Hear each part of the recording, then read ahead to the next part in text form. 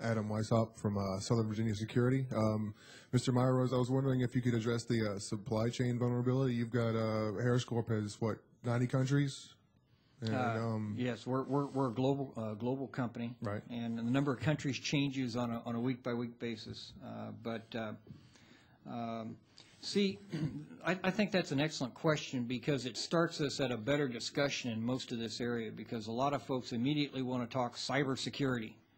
Cybersecurity, and if you start there as a discussion as a reactive element, did I get penetrated?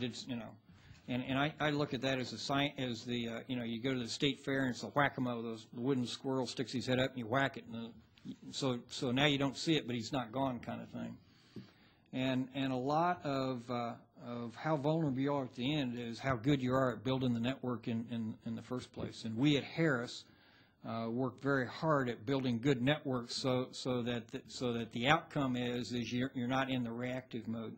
And you do that with managing the supply chain, both of software, hardware, and middleware, because you can introduce things that you cannot overcome at the back end by not doing the right things at the front end, and so the right kind of systems engineering, the right kind of analysis, the business about making the right risk management decision trade-offs early in either the fielding or the running of the system probably has more impact on the long range, how safe, how secure, how effective, how efficient, how manageable are you, than trying to add on security at the end of the process as a bolt-on. Mr. Bamford, do you think they'll bring John Poindexter back to have a show on Fox with Ollie North called Cyber War Stories? I may actually tune in on something like that. I've been trying to hear John Poindexter answer some questions for a long time, so that might be pretty good. He keeps turning up, I mean, he's got so many lives, so who knows? Interesting question, though.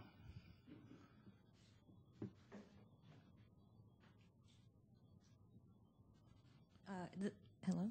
This is Ellen Nakashima with the Washington Post. Question for Mr. Bamford and General Myros.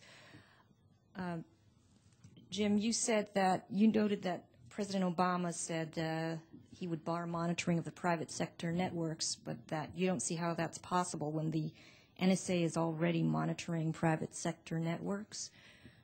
That raises the issue of what is the most effective way to defend the private sector networks, and what ought to be the role of the NSA and perhaps the DOD, DHS in doing so.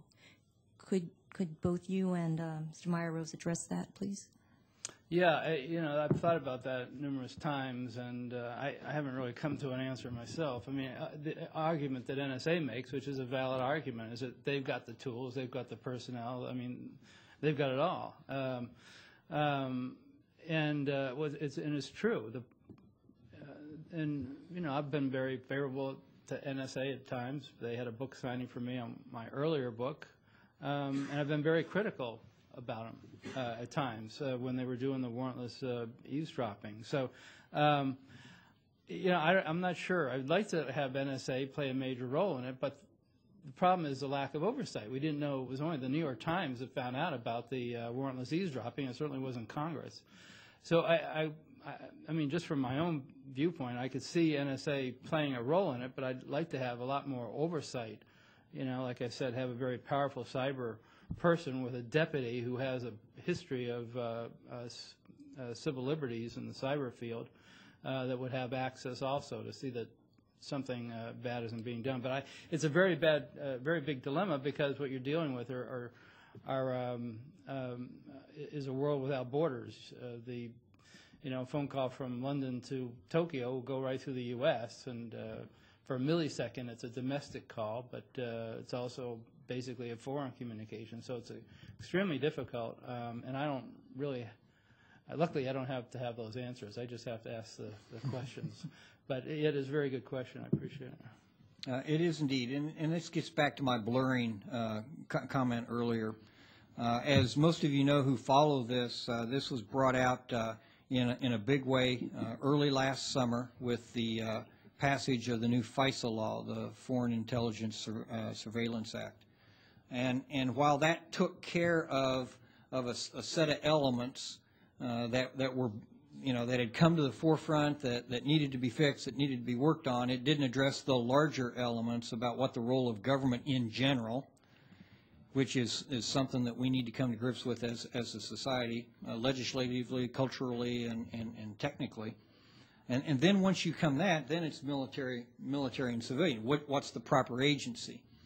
It is my contention that I think the administration is doing the initial right step of trying to establish leadership from the White House on this subject. But like in the thinking big, starting small, scaling fast, that's a starting small piece. Just like FISA would be a starting small piece in addressing the elements of the role of NSA or the role of government, et cetera. 18 months from now, there probably needs to be something more substantial, or it needs to lead to something, or 2 months or 24 months from now, or whatever. Just establishing leadership in the White House is a necessary first step, but it's not the end game. And so, does there need to be a Department of Cyber? Or better yet, has cyber so fundamentally changed our culture and the nature of how we can rule, legislate ourselves, that we need another Hoover Commission or Hoover-like commission to reorganize the entire executive branch? Now, I'm not a fan of commissions. I've been the subject of several, and I've even been on a couple, and those were not all that satisfying either.